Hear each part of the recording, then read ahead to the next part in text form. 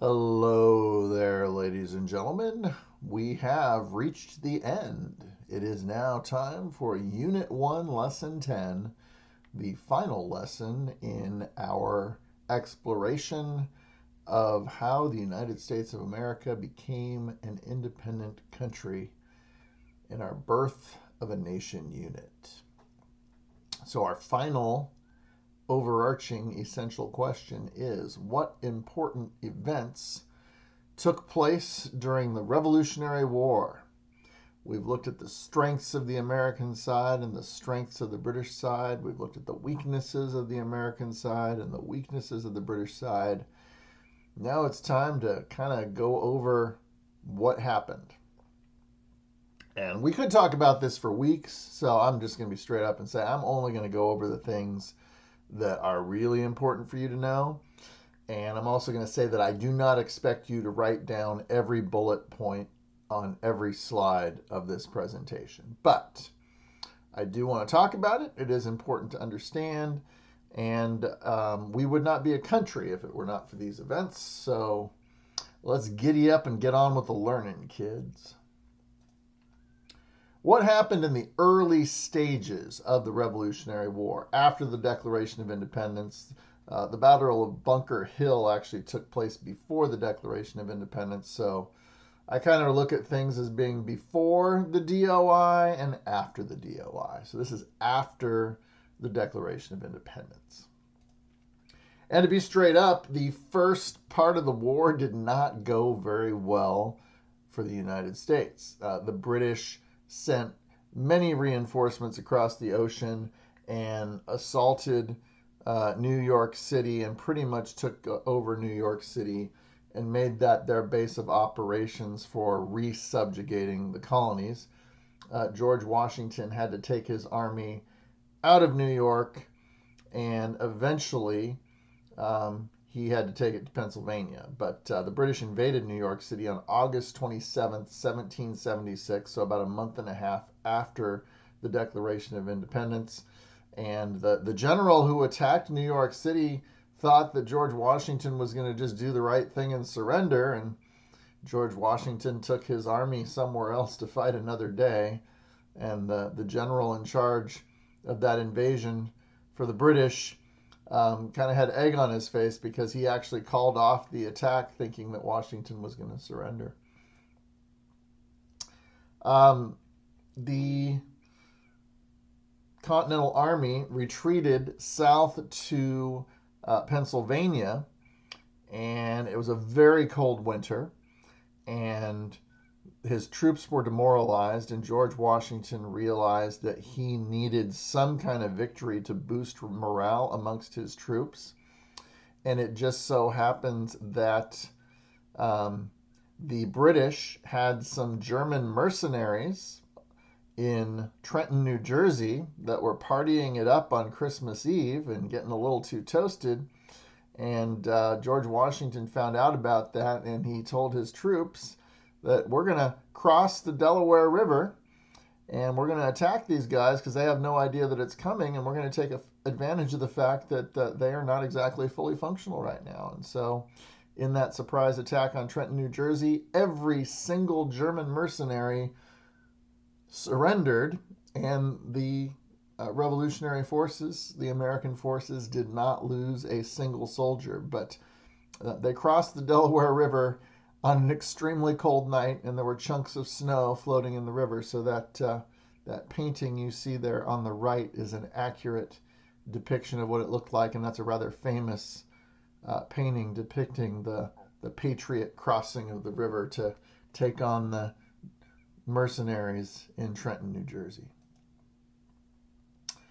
And then, of course, if you've watched America, the Story of Us in class, you know that General Burgoyne was marching south from Canada, and his goal was to meet up with the British Army in New York City. But his vision got interrupted by the New York wilderness and the sharpshooters that were trained in the New York wilderness that were chopping down trees and blocking Burgoyne's advance to the point where he could only move about a mile a day.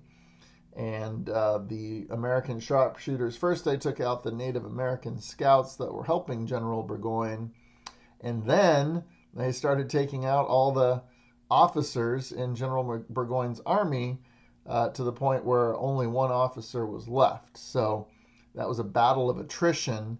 And finally, in the Battle of Saratoga, that army advancing from Canada south was actually forced to surrender. And that was important because that gained us an ally. Eventually, the Continental Army had to spend a very difficult winter of 1777 in Valley Forge, Pennsylvania, and this was without any supplies in an extremely cold winter, smallpox epidemic. It was a brutal, brutal winter in Valley Forge, but that winter actually made the army stronger. How so, you might ask? I will tell you on the next slide. So there was a turning point in the war. First turning point was the Battle of Saratoga, because after the Battle of Saratoga, the French decided to join the United States as an ally. The French wanted to see that we were actually capable of winning a battle or two. Once we showed that we had the fire in the belly to do that, then the French are like, hey, we lost the French-Indian War. We have a chance to get back at the British now. We think we're going to help the Americans out. And the main thing the French brought to the table was their navy. More on that later. They also brought supplies. They brought their navy, they brought supplies, and they did also bring troops. But the navy and the supplies were extremely important because, as we know, the Continental Army was low on supplies, and they did not have a navy of their own, and the British were the mightiest naval power on earth at the time. So while the troops were stuck at Valley Forge during the long winter, General Washington had a guy from Germany, technically Prussia, named Baron von Steuben, train and drill the American troops. This was a ragtag army, and von Steuben was tasked with turning them into a professional army, and he did an extraordinarily good job of that. When the American army left Valley Forge, they were a much more effective fighting force as a result of von Steuben's stewardship and training. Which I just said, but there's the bullet point. They became a more professional fighting force. In 1778, after that winter was over, they found out that the British had decided to abandon Philadelphia and march their troops back to New York City. And when George Washington found out about that, he's like, it's time for us to go on the offensive, and it's time for us to chase them. And so Washington attacked the British troops who were trying to move from Philadelphia to New York City, and this was called the Battle of Monmouth, where basically George Washington and the Continental Army harassed the British troops and inflicted some damage on them before they were able to get to New York City. And that was a good morale boost for the American army. So there's starting to be some signs here that things are going a certain direction. And then nobody knew it at the time, but this Battle of Monmouth actually turned out to be the last battle that occurred in the northern part of the country. Little did the northern part of the country know, but the northern part of the country had already basically won the Revolutionary War, and the British had to change tactics and strategy. And that change in tactics and strategy involved, wait for it, shifting the war to the south, the southern states, or the southern colonies as British looked at them. How did the Revolutionary War conclude? The British adopted a southern strategy. They gave up on trying to fight Washington's army in the north. They thought there was more loyalist sentiment in the south, so they moved that direction. By this point, there was a British general named Cornwallis who was placed in charge of the British Army in the southern states. And he decided to plant his flag at Yorktown, Virginia, on the shores of Chesapeake Bay. FYI, I've been there personally. He basically built a large fort at Yorktown and surrounded it with things called redoubts, which were defensive positions that were very hard to penetrate by attacking troops. So General Cornwallis thought he was pretty cozy and well protected there, but history would prove that he was not. General Washington decided to use the American Army, the French Army, and the French Navy to trap the British in Yorktown, to essentially surround them, using the French Navy to blockade the coast so the British Navy couldn't rescue General Cornwallis, and using the French troops and his American troops to attack the redoubts and attack the fort at Yorktown. This was a titanic final battle. If it were a science fiction movie, this would be the attack on the Death Star. On October 6th, 1781, they attacked the British forces at Yorktown and blocked their escape. The battle mostly occurred that first day or so, but it took until October 19th for General Cornwallis to surrender, and he didn't even have the guts to surrender himself. He was so embarrassed that he had a lesser officer surrender so he wouldn't have to. But he held out for almost 2 weeks, hoping the British Navy would come to his rescue, but because the French Navy was protecting the coastline, the British Navy was not able to get through and rescue Cornwallis, and so he and his army were forced to surrender in a rather famous scene where the French troops lined up on one side and the American troops lined up on the other side, and the British troops had to walk down a mile-long row of French and American troops before they laid down their arms in a very ceremonial way. As the music played, the world turned upside down. It was quite the scene. It's unfortunate that we don't have real pictures. But basically that picture at the bottom is the closest we've got, and that picture at the top as well. Finally, 2 years later, in 1783, the Treaty of Paris was signed.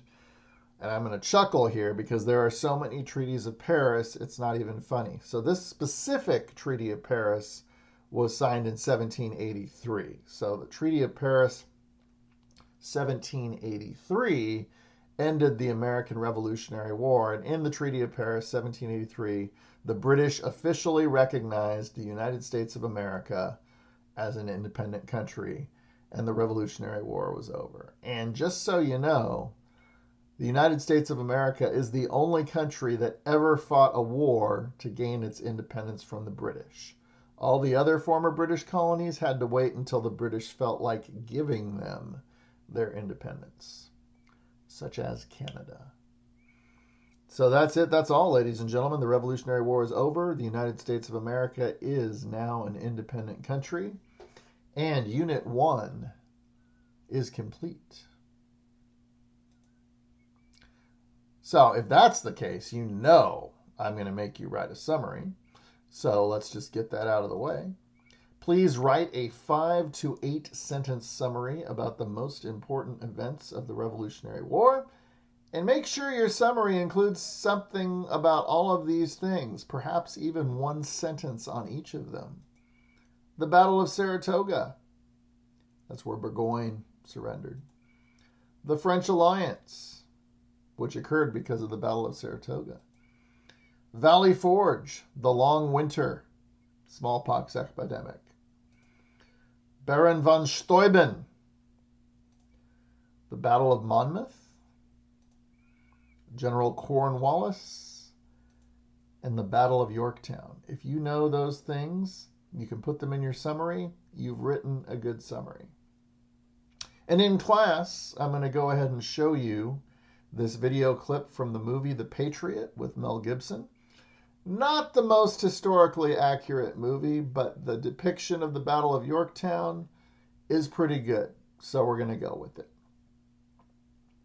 And with that, ladies and gentlemen, this is Mr. Blumendahl once again signing off on the Waldo Middle School Social Studies YouTube Network.